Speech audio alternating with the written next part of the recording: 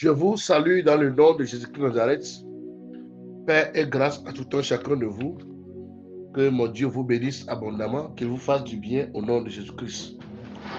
Comme promis, que nous allons faire le programme de la matinée ce soir, comme aujourd'hui était un dimanche. Et nous sommes dans une série d'enseignements sur ton problème vient de ta fondation ancestrale. Ton problème vient de ta fondation ancestrale. De ce qui a été posé comme la fondation découle le reste, la suite. Et lorsque nous prenons l'exemple d'un arbre, le problème des fruits vient de la racine. Donc les fruits d'un arbre, quand un arbre se plaint, disant « Oh, mes fruits là ne sont pas bons. Oh, je ne veux pas tel fruit là. Oh, quand l'arbre se plaint, peu importe comment l'arbre se plaint par rapport à son fruit, il ne peut pas y avoir de solution aussi longtemps que la racine n'est pas visitée pour comprendre quelle maladie a attaqué la racine. Parce que c'est l'eau de la racine qui coule dans tout le reste.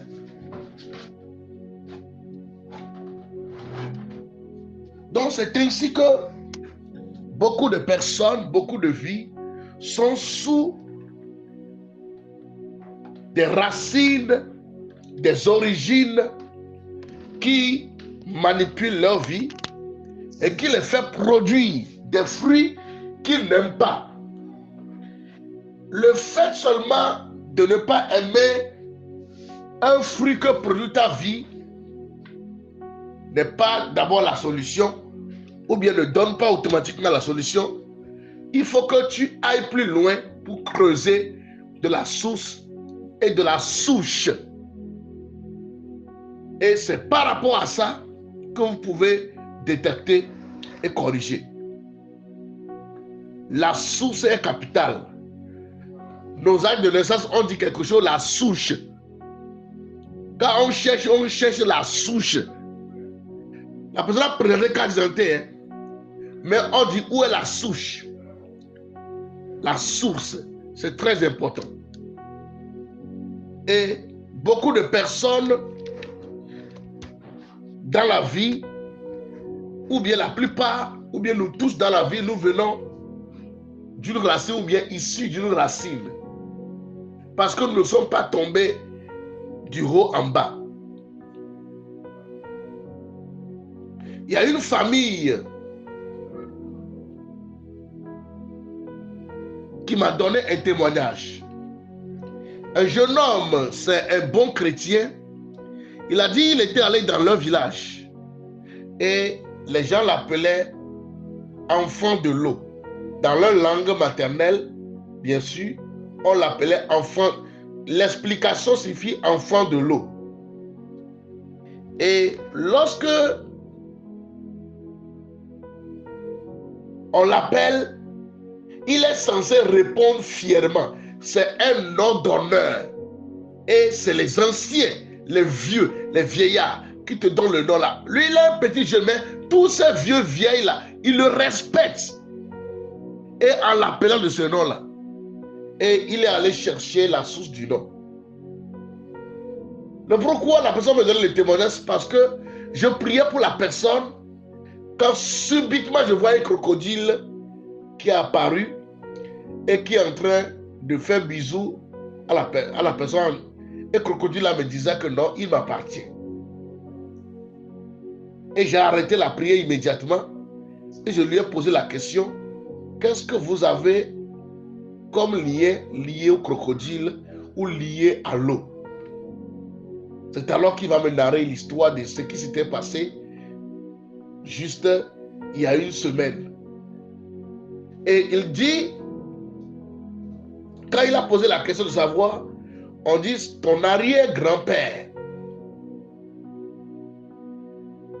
avait 51 ou 53 femmes. Le pourquoi? Parce qu'il a épousé la première femme. Elle n'a pas donné d'enfant jusqu'à l'abri. Bon, en allant au deuxième, il y aura enfant. Troisième, il y aura enfant. Ainsi de suite, jusqu'à il ait atteint 50 et quelques femmes.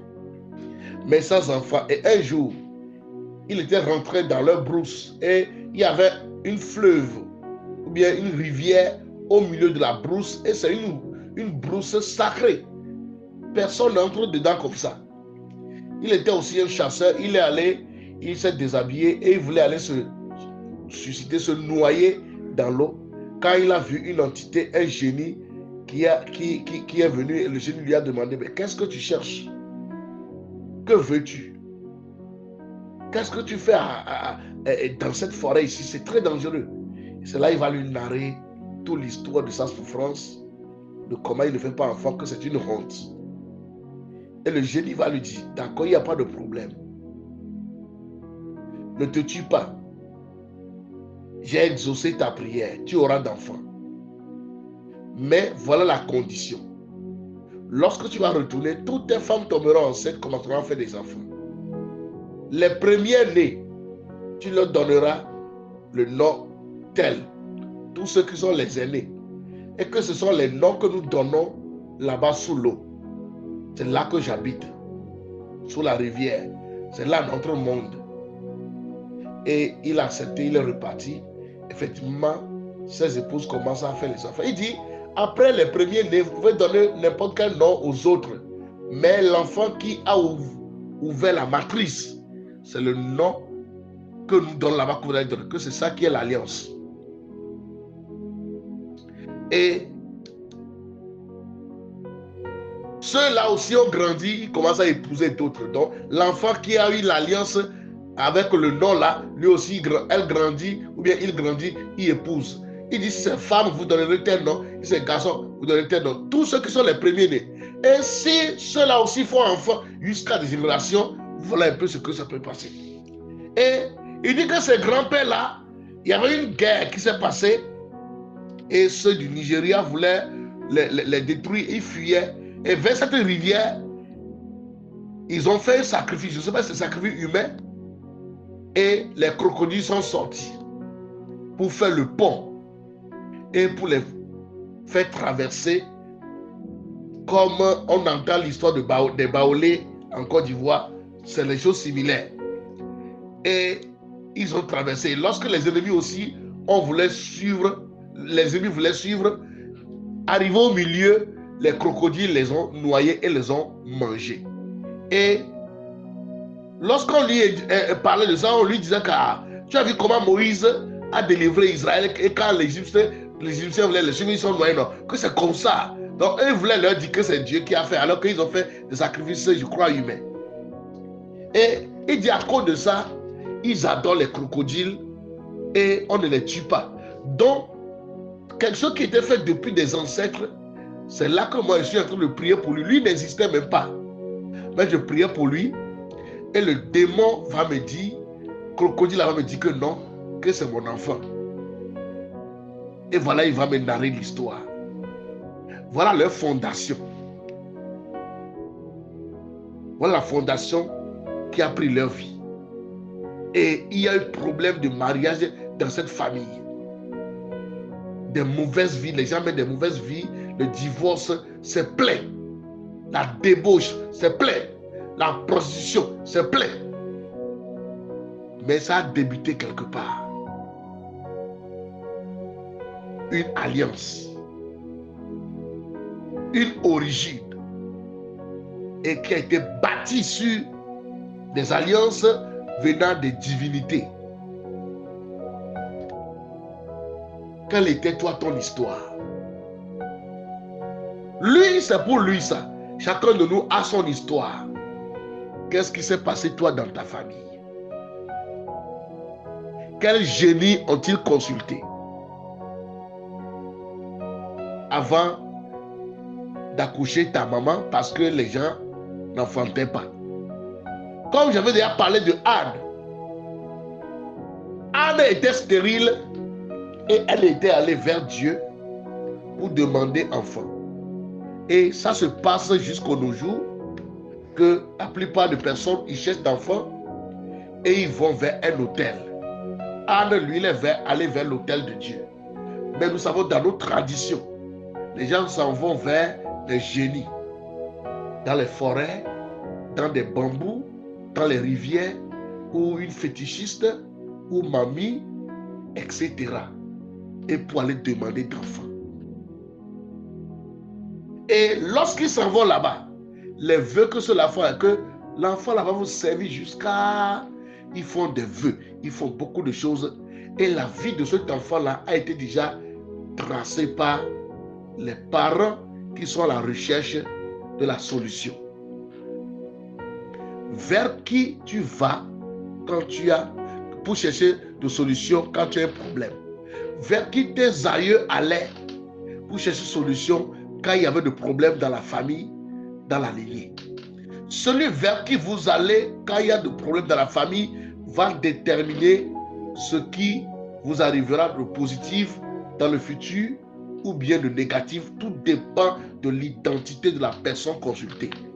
Est-ce des hommes de Dieu? Est-ce que c'est Dieu que vous étiez parti consulter? Vous verrez la différence. Est-ce que ce sont les féticheurs? C'est les démons Satan que vous allez consulter? Vous verrez aussi la différence. Il ne peut pas y avoir de ressemblance entre ce que Dieu a donné et ce que Satan a donné. Parce qu'il est écrit que ce que Satan donne est suivi de chagrin. Lorsque vous voyez la bénédiction de Dieu sur la vie de quelqu'un, vous ne verrez pas de chagrin. Lorsque quelqu'un a un mari par incantation, ou il y a une épouse parce qu'ils sont allés faire guigui pour avoir, il y aura des souffrances dans le foyer là. Et le jour où la femme là sera désenvoûtée de l'envoûtement qui a fait que elle a été liée pour épouser l'homme. Quand le jour où ça va s'arrêter, vous verrez ce qui va se passer dans le foyer. Et la plupart dans nos localités, dans nos familles, c'est ainsi. Plusieurs peuvent aller pour envoûter, pour aller faire des guigris juste pour trouver mari ou trouver des femmes. Tout ce que vous faites comme ça, c'est une mauvaise fondation qui est bâtie pour ce foyer. Ce foyer ne va jamais durer. Ce n'est pas une prophétie, mais c'est une réalité. Parce que la Bible dit que il y avait deux sages. Une personne a bâti sur le sable, une personne a bâti sur le roc. C'est la même tempête qui est arrivée sur le sable, sur la maison construite du roc, les mêmes tempêtes, les mêmes flots, les mêmes pluies, les mêmes ouragans. C'est la même chose qui viendra sur celui qui est construit sur le sable. Mais la Bible dit quoi? Ce qui est construit sur le sable, comme ça n'a pas de fondation solide, ça a été renversé. C'est pourquoi beaucoup de familles, beaucoup de destinées, beaucoup de vies, lorsque vous les voyez écrouler, sachez qu'ils sont bâtis sur le sable, fondation de sable, fondation du diable. Et le diable, il n'est pas stable. Le diable, il est dans le tâtonnement. Le diable, c'est comme un roseau. Et Jésus-Christ est la pierre angulaire. Je prie pour quelqu'un que Dieu te rebâtit sur le fondement Jésus-Christ. Tout fondement hérité qui se trouve en toi et qui te fait faire ou te fait mener des vies que tu mènes aujourd'hui, qui te fait répéter des histoires, qui te fait répéter des manières de vivre, qui te fait répéter les maladies, qui te fait répéter l'échec, qui te fait répéter le divorce, qui te fait répéter le célibat, qui te fait répéter la stérilité, qui te fait répéter la pauvreté, qui te fait répéter la misère, qui te fait répéter l'endettement, qui te fait répéter la honte, l'humiliation. Je déclare que cette fondation soit corrigée par le sang de Jésus-Christ et que Jésus-Christ soit ta fondation au nom de Jésus-Christ. Et lorsque vous lisez l'histoire de Térach, père d'Abraham, vous allez encore comprendre beaucoup de choses. Que les mauvaises fondations empêchent les hommes d'accomplir leur but dans la vie. Les mauvaises fondations empêchent les hommes d'accomplir leur but dans la vie. Leur vision dans la vie. Ça peut être une bonne chose, même ce qui est la volonté de Dieu, c'est ça. Mais parce qu'il y a une mauvaise fondation qui n'autorise pas à ce qu'ils puissent le faire, ça fera toutes sortes de choses juste pour arrêter la personne. Le père d'Abraham, qui s'appelle Terah, avait l'intention de quitter Ur et de se rendre à Canaan. Lorsque vous lisez dans dans Genèse 11, le verset 31 à 32, il est écrit: Terah prit Abraham, son fils, et Lot, fils d'Aran, fils de son fils, et Sarai, sa belle-fille, femme d'Abraham, son fils. Ils sortirent ensemble d'Ur, en Chaldée, pour aller au pays de Canaan.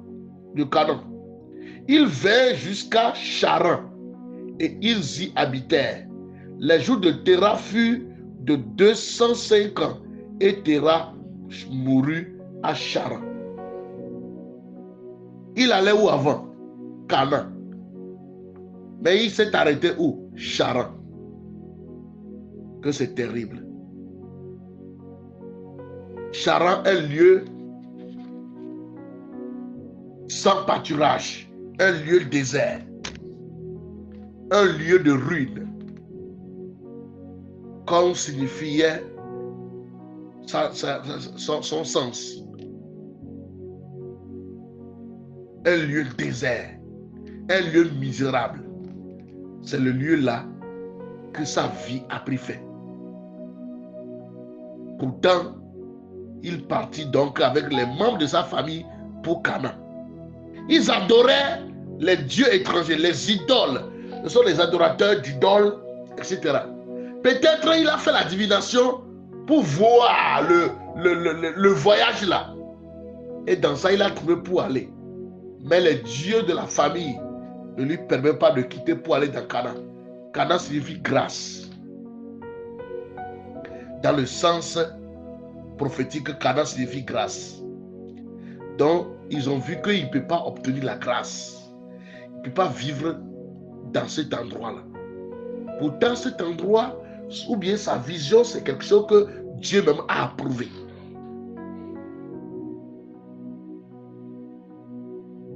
Il s'est installé à Haran. Et il mourut finalement. Il ne pouvait pas atteindre le lieu de son rêve. Terah venait d'une fondation idolâtre. Et cela a joué contre lui. Et plus tard, nous apprenons, grâce aux instructions spécifiques de Dieu, à Abraham que s'établir en Canaan était son plan et non celui de Terah. Donc c'était Dieu qui avait fait ce plan-là. Et le père d'Abraham, idolâtre qu'il soit, il a détecté ce plan-là, peut-être à travers les dieux de la famille. Mais ils ne lui ont pas permis d'atteindre. Ils l'ont tué. Il n'a pas vu son rêve, ils l'ont tué.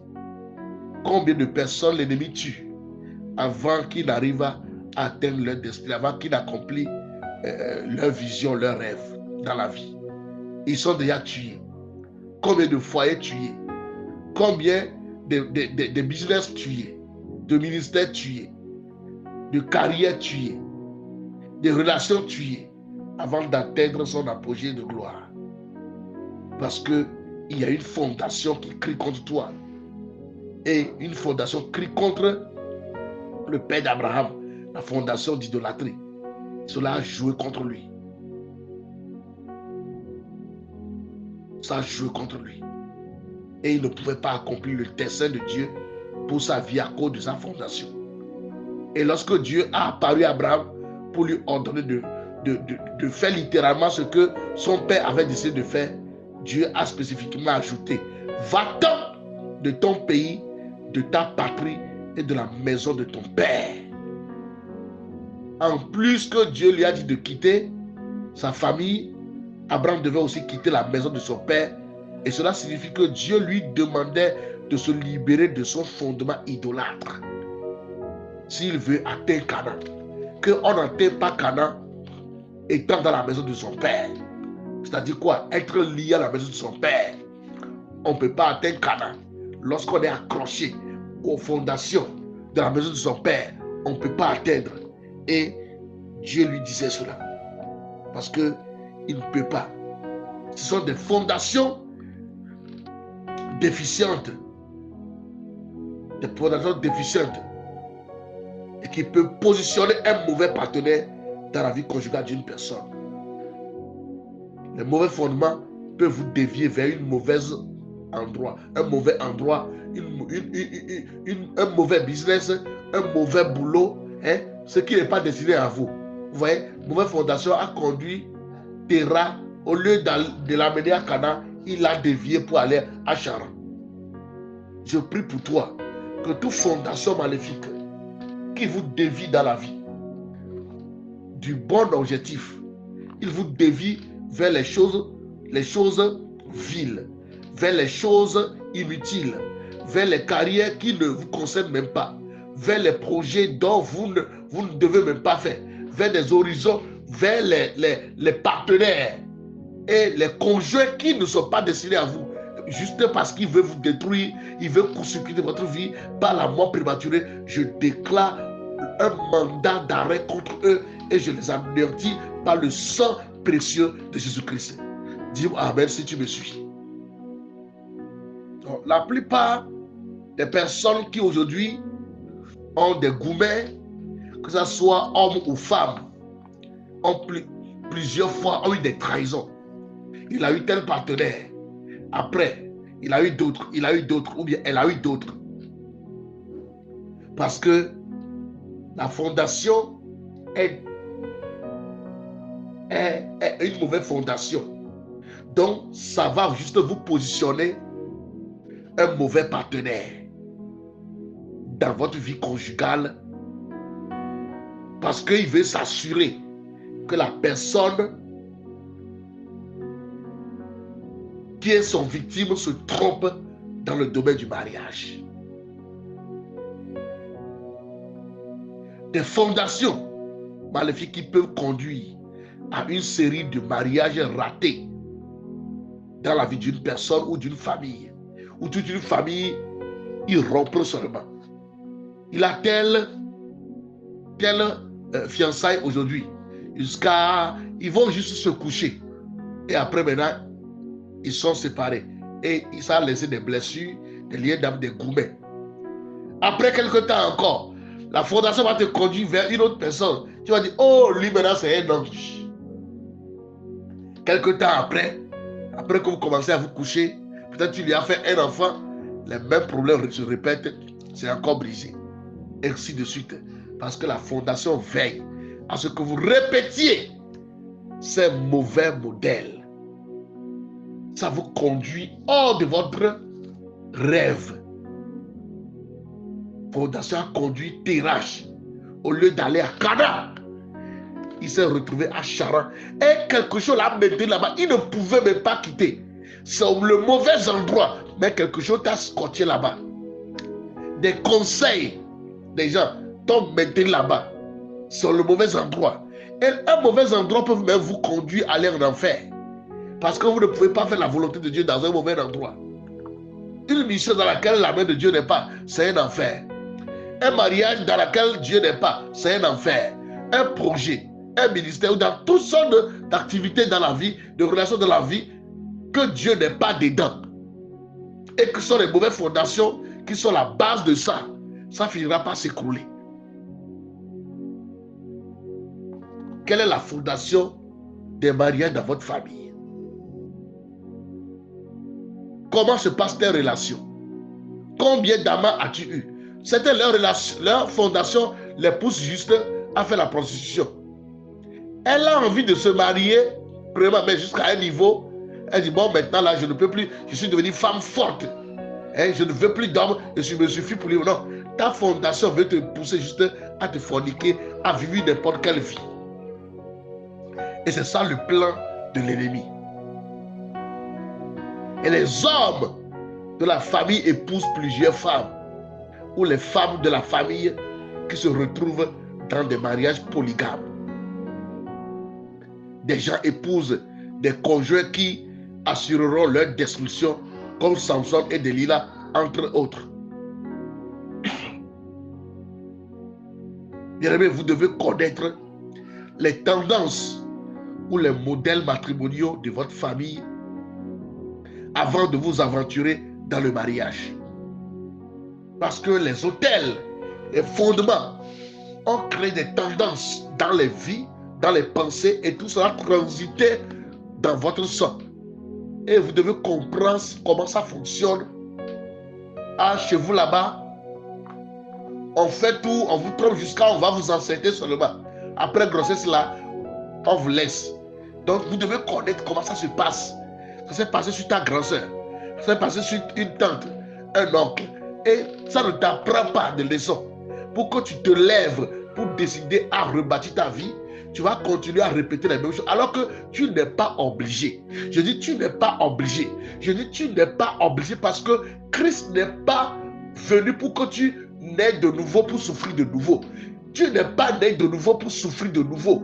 Et l'ignorance des opprimés est la force des oppresseurs. Je dis bien, l'ignorance des opprimés est la force de l'oppresseur. L'ignorance des opprimés est la force de l'oppresseur. L'ignorance des opprimés est la force de l'oppresseur. L'ignorance des opprimés est la force de l'oppresseur. Et la connaissance des opprimés est la défaite, la faiblesse de l'oppresseur. Et le Seigneur est en train de vous donner la connaissance qui va affaiblir toute fondation qui vous oppressait pour sortir de leur influence, pour sortir de leur domination. Ah, je vois le Seigneur libérer une vie.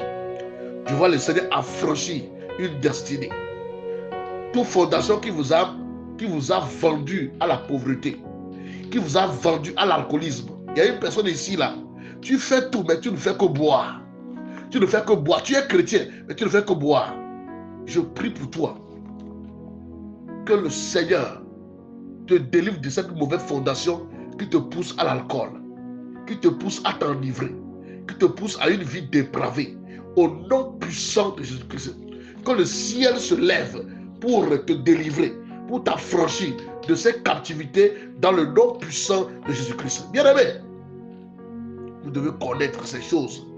Vous devez vous efforcer de découvrir comment les membres de votre famille ou bien votre potentiel conjoint traitent leurs femmes dans leur mariage respectif pour un modèle ou un comportement commun, pour savoir le genre de fondation qui vous transporte.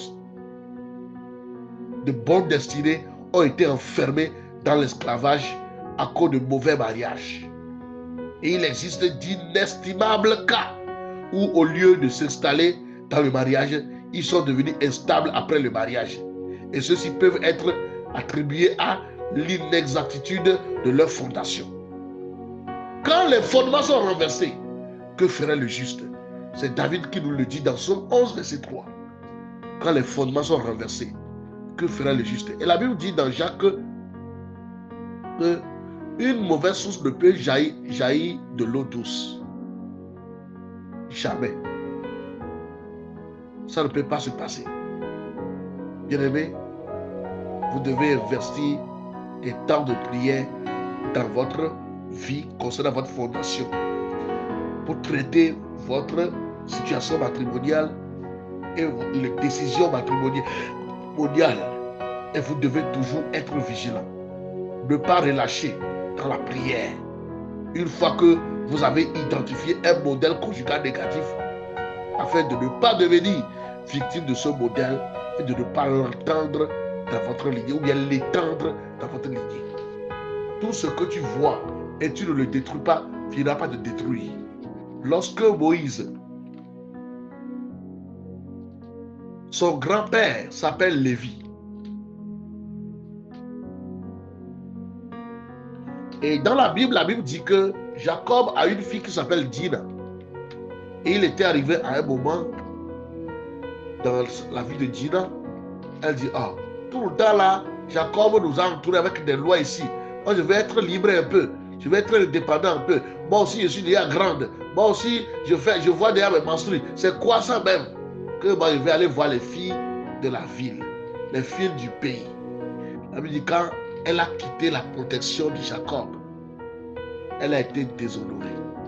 Elle a été déviergée. La plupart des gens, c'est ce qui se sont passés sur eux. Ils voient le christianisme, ils voient comme c'est une corvée.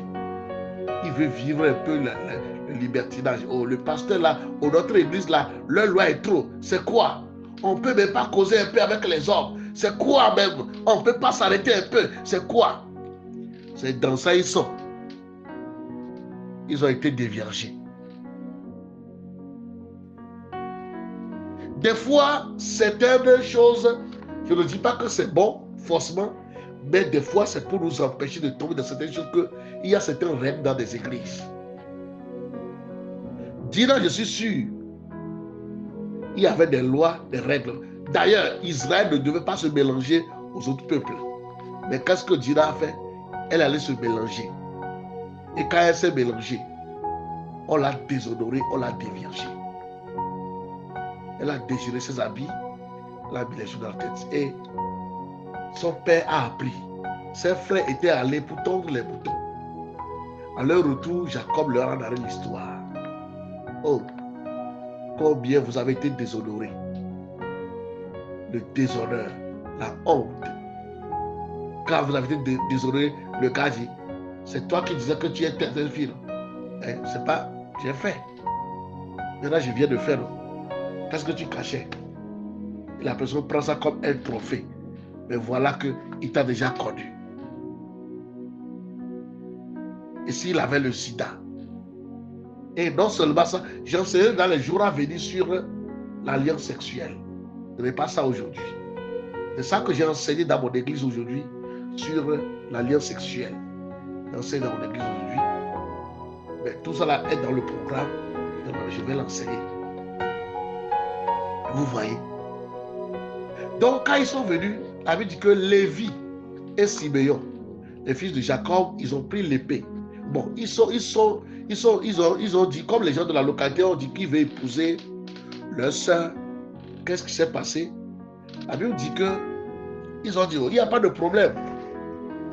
Maintenant, nous avons une condition. Vous devez vous circoncire. Parce que Dieu avait donné la circoncision à Abraham comme l'alliance. Et Israël se circoncis. Les gens disent, oh, ça là c'est très facile. Donc, depuis le roi jusqu'au petit enfant, garçon, on les a circoncis. Les militaires sont circoncis. Et les fils de Jacob ont laissé premier jour passé, deuxième jour passé, troisième jour. Dans n'importe quel genre de plaie, quand ça fait le troisième jour, ça fait très mal. Et c'est le troisième jour là qu'ils ont pris l'épée et rentré dans la ville. Ils ont tué le roi, les princes, tous les hommes. Et ils ont pris leurs soeurs et les autres femmes pour sortir. Et la Bible dit que Jacob a appris ça. Il s'était fâché, mais il n'a rien dit. Ça s'était passé dans Genèse 34. Et arrivé dans Genèse 49, Jacob était en ce temps-là déjà chez son fils Joseph en Égypte. Et il disait, mes enfants, rassemblez-vous. Je vais vous annoncer ce qui allait vous arriver dans la suite des temps. Waouh! Jacob est prophète puissant. Et il a commencé à prophétiser. Arrivé sur eux, au lieu de les bénir, il les a maudits. Il a maudit la colère de Lévi. Il a eu une colère démoniaque. Et lorsque vous voyez dans la famille de Lévi, tout ce qui les détruit, eux, au dernier moment, c'est la colère. Et la Bible va dire qu'un homme de la famille de Lévi a pris une femme dans la maison de Lévi pour accoucher Moïse. Donc un homme de la maison de colère a pris une femme de la maison de colère pour accoucher un enfant de colère. Colère au carré. Moïse a commencé à grandir et premier meurtre, quand il a 40 ans, il a commis son premier meurtre. Il voulait défendre Dieu. Il voulait sauver son peuple. Mais ce n'était pas le temps de Dieu. Et Moïse, ça lui a failli coûter sa vie. Il a fui pour aller dans le désert. Il a travaillé jusqu'à ce que Dieu l'a oué. Il lui a dit, va sauver mon peuple. À son retour, il y a beaucoup de choses de colère qu'on a fait contre lui, mais il était patient. Les injures que lui font faire les Israélites, Même à leur sortie, regardez ce qu'il a fait en Égypte. Un puissant prophète, un prophète thaumaturge, un prophète hors pair, phénoménal, qui pouvait croire que dans cet homme encore, il y avait ce démon de colère, malgré tout l'onction là. Bien aimé, souvent les hommes de Dieu, il y a une orgueil qui nous fatigue et que, comme Dieu nous utilise déjà pour délivrer les autres, nous on pense qu'on n'a pas de problème de délivrance. Détrompez-vous. Détrompez-vous. Détrompez-vous. Moïse seul fait fléchir tout un pays. Montrez-moi dans nos pays un homme de Dieu là qui a fait fléchir tous les pays. Montrez-moi. À notre temps de la nouvelle, au temps de la grâce, montrez-moi. Ça n'existe pas. On va dire que quand on appelle le nom de cet homme de Dieu là, que le président a peur et tous les ministres ont peur, montrez-moi le pays. À notre temps, ça n'existe pas. Mais au temps de Moïse, on a peur. Tout l'Égypte a peur de lui. Il a fendu la mer, fait des prodiges.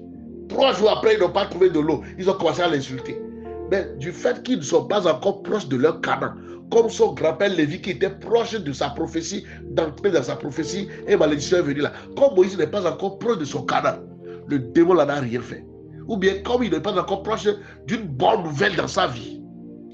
Jusqu'à ce que Dieu lui a dit, monte sur la montagne. Il a fait 40 jours. Dieu même a pris sa main pour tailler la pierre et écrit dessus. Moïse, voulant défendre Dieu, dans la colère, il a détruit le travail de 40 jours en 1 seconde.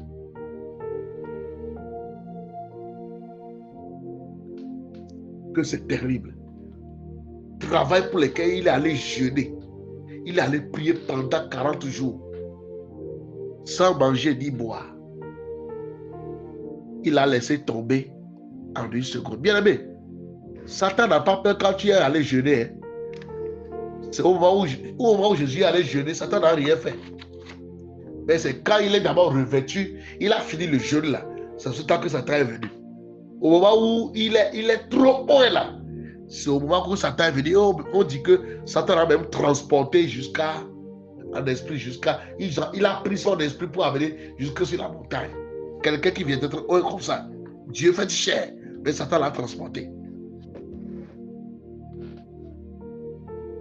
Il y a un livre de l'homme de Dieu, Olukoya, titré « Quand celui qui délivre a besoin de délivrance ». Quand les hommes de Dieu qui délivrent les autres ont besoin aussi de délivrance. Dieu a fait la chose à telle enseigne que personne ne dira qu'il est Superman. C'est pourquoi les dons que tu as, les dons que j'ai, c'est pour les autres. Nous aussi, on a besoin d'autres hommes de Dieu pour nous aider. Dieu l'a fait sciemment pour que personne ne se vante.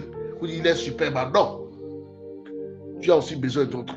Donc, ne vois pas comment Dieu t'utilise et ignorer ton propre problème. C'est ce qui s'est passé sur Moïse. Moïse, même, il a délivré la tribu de Ruben, qui mourait de mort prématurée, parce que Ruben s'est couché avec la femme de Jacob. Vous voyez les premiers nés. Dans la Bible, les premiers nés ont trop de problèmes. Je vais parler de ça après. Mais spécialement Ruben. Quand il a fait ça, Jacob n'a rien dit. Mais c'est au moment de le bénir dans Genèse 49 là. Il a tellement vanté. Mais après, il dit, tu n'hériteras pas. C'est Joseph qui a pris la place du premier-né. Et la mort prématurée a commencé à frapper la tribu de Ruben. Et quand vous lisez Deutéronome, Moïse a dit que Ruben vive, qu'il ne meure pas. Moïse a déclaré, parce que la lignée, leur race, ou bien leur lignée, leur tribu risque de s'éteindre. Moïse a libéré la parole. C'est là qu'il a arrêté la malédiction là, de mort prématurée. Mais lui-même, il a ignoré pour lui. Il a détruit le travail de 40 jours en 1 seconde à cause de colère. Combien de gens vous avez brisé une relation de fiançailles à cause d'une colère. Avant de s'en rendre compte, la relation est déjà gâtée. Comme déjà vous avez quitté votre mari, ou bien vous avez chassé votre épouse à cause d'une colère démoniaque qui s'est manifestée. Après, tu as regretté, mais le pied est déjà arrivé. Vous avez quitté un emploi, un patron, vous avez parlé mal à quelqu'un, insulté votre leader, dit des choses sur lui dans la colère. Mais après la colère, vous avez tout gâté déjà. Parce qu'il y a un esprit dans votre fondation qui ne veut pas que vous entriez dans une nouvelle gloire, qui amène, lorsque vous devez entrer dans votre prophétie, dans une nouvelle grâce, dans une nouvelle dimension, il amène le démon là se manifester pour que vous perdiez ce que vous devez avoir. Tu as fini de jeûner. Tel homme de Dieu t'a, ouais, Satan t'attend à la maison. Et arrivé à la maison, un enfant cassé quelque chose de cher. Un enfant détruit, a jeté ton portable, ton iPhone, dans la colère. Tu as posé des actions. Et Satan vient récupérer tout ce que tu viens de prendre. Je prie que le Seigneur délivre une personne de colère démoniaque de sa fondation. Elle veut dire, si vous vous mettez en colère, ne péchez pas. Mais les colères qui viennent, on ne peut pas le maîtriser, est démoniaque. Je prie le Seigneur de vous délivrer de cette fondation maléfique au nom puissant de Jésus-Christ. Soyez affranchis et libérés au nom de Jésus-Christ. Alléluia.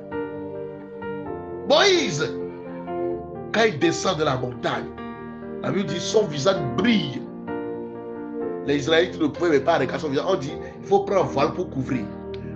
Parce qu'il était tellement dans la présence de Dieu. Bien aimé, vous qui croyez que votre temps que vous passez dans la présence de Dieu, ça suffit comme ça pour que la malédiction bien les mauvaises fondations se détruisent de lui-même là. Détrompez-vous. Aussi longtemps que vous ne l'avez pas mentionné, Dieu ne le détruira pas. Vous devez le mentionner. C'est à ta résolution que le succès va arriver. Dieu sait que tu as besoin de succès, mais il faut que toi tu réalises, tu demandes d'abord. Regardez les deux fils de cet homme riche ou du fils prodigue. L'un reconnaît qu'il est héritier. Il est venu demander son héritage, on lui a donné. Mais l'autre n'a pas reconnu qu'il est héritier et il est là-bas. Il n'a pas demandé. Quand son frère revenu et on fait la fête, il dit, moi je suis ici depuis, tu ne m'as rien donné. Le père dit, mais tout était à toi, mais tu n'as jamais demandé. Donc, aucune malédiction ne se détruit d'elle-même.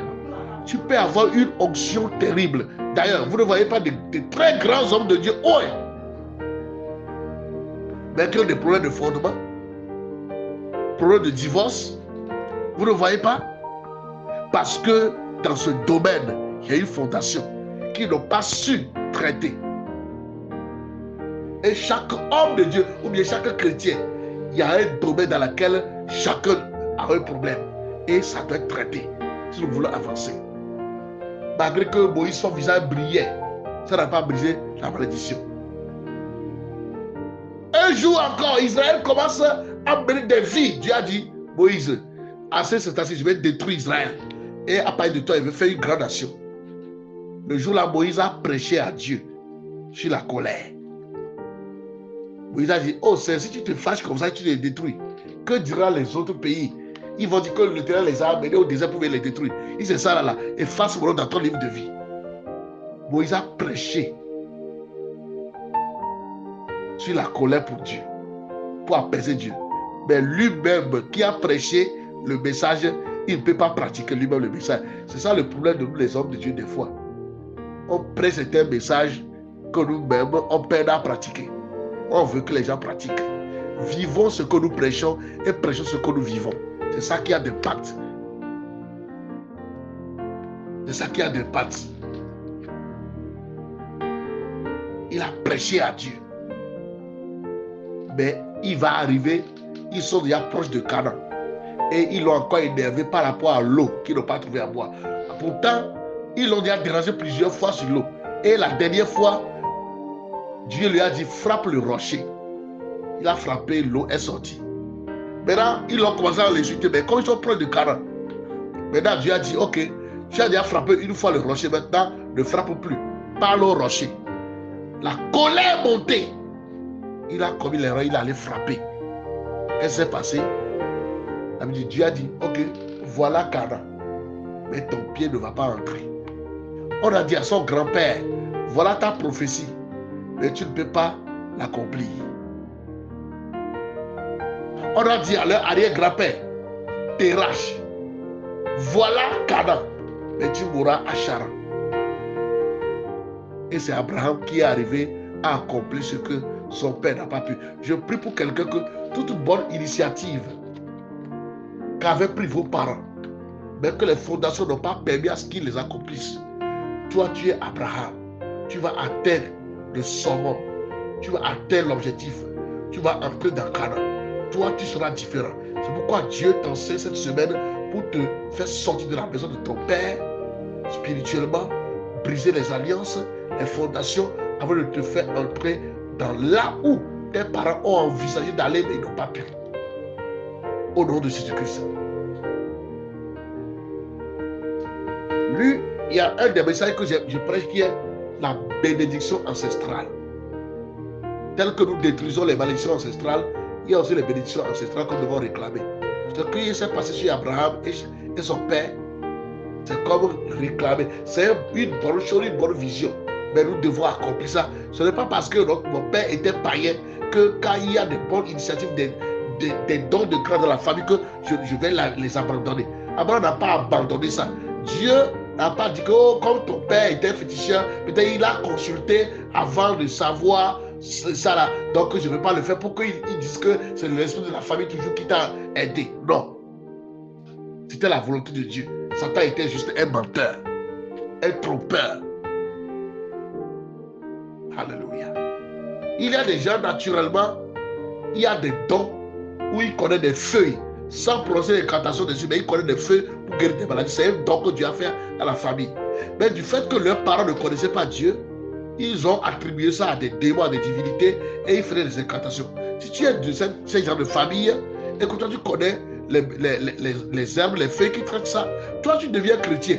Tu n'as plus besoin d'aller faire les incantations. Mais ce n'est pas parce que, comme ton père, c'est les incantations, il faisait pour guérir les gens avec des feuilles là, alors que c'est les feuilles que Dieu a doté de ce pouvoir. Mais lui, il le liait au Dieu qu'il adorait. Toi, il faut le lier à Jésus-Christ que tu adores. Tu sais faire ça, il faut utiliser pour lui. Il y a plusieurs domaines. Recevez tous ces dons familiaux que Dieu a donnés, que vos ancêtres ne connaissant pas Dieu, ils ont attribué au diable. Recevez cette grâce au nom de Jésus-Christ. Recevez cette grâce au nom de Jésus-Christ. Moïse n'a pas pu aller, parce qu'il a frappé le rocher là 2 fois. Le rocher était Jésus-Christ qui les suivait. Le rocher des âges qui les suivait. Et ils ne devraient pas le frapper. Mais ils ont commis erreur. Ça les a coûté. Je prie que mon Dieu te délivre des erreurs qui vont te coûter la vie, qui vont te coûter ton ministère, qui vont te coûter ta saison, ton mariage, ta gloire, tes relations, au nom de Jésus-Christ. Bien-aimés, nous allons nous arrêter ici pour aujourd'hui. Demain, nous allons continuer. Je prie que le Seigneur vous illumine et qu'il vous délivre de toute captivité au nom puissant de Jésus-Christ. Je vais vous envoyer les requêtes de prière liées à l'enseignement d'aujourd'hui. Après avoir écouté l'enseignement, priez, priez, et que l'onction de Dieu vous fasse du bien et vous délivre au nom de Jésus-Christ. C'est votre serviteur, le prophète Barnabé Diatiglo, depuis le Togo. Shalom à vous.